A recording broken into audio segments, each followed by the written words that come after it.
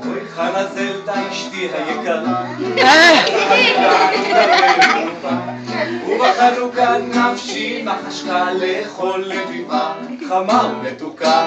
אוי רמיקל מנישי היקר, אצלי במטבח, קמח לא נשאר בעלי היקר, ואיך זה אוכל להכין לריבה בלי קמח בכלל. קמח, אין בעיות, קמח. אז רמיקל מנשינס את מותניו, חבש לבאות, טען בדבר, השוק הדובר, מהר ומהר, קמח בנהר והבית, קמח בבקשה.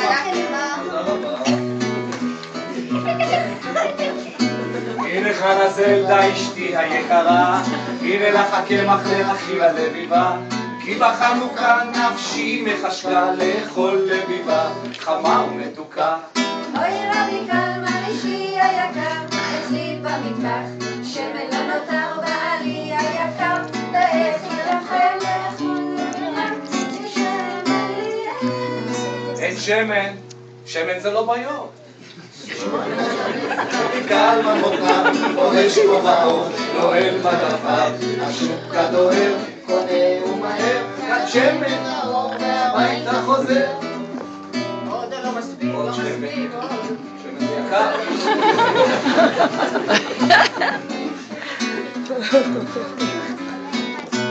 אוי חנה זלדה אשתי היקרה, הנה לך השמן להכין הלביבה, כי בחנוכה נפשי מחשקה לאכול לביבה חמה ומתוקה.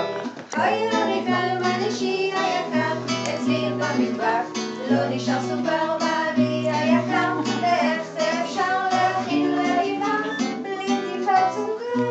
אין סוכר. אוי, סוכר זה גם לא בעיה. יש רמיקל מן תשוב שליבה, אוהב מדפיו וחושב במשוואה, לשוק הוא חוזר, רעב עוד יותר. סוכר זה אחד מספיק. סוכר. חצי, עלה, מדע, אינפלציה, קשה היום. אוי חנה זלדה, אוי חנה זלדה אשתי היקרה, הנה לך סוכר, הכיני לביבה, כי בחנוכה נפשי מחשקה לאכול לביבה חמה ומתוקה. אוי רמיקל מנישי היקר, שמא נדחה הדירות למחר בעלי היקר, ואיך זה אפשר להכין לריבה כשהכוח נגמר? אין כוח. אוי, אז רבי קלמן חולץ את מדפיו, לובש הסינר ומפשיל את שבוליו, קש הבצק ויוצק ויוצק, צוחק אחרון רק מי שצוחק. בוא, את רואה חנה?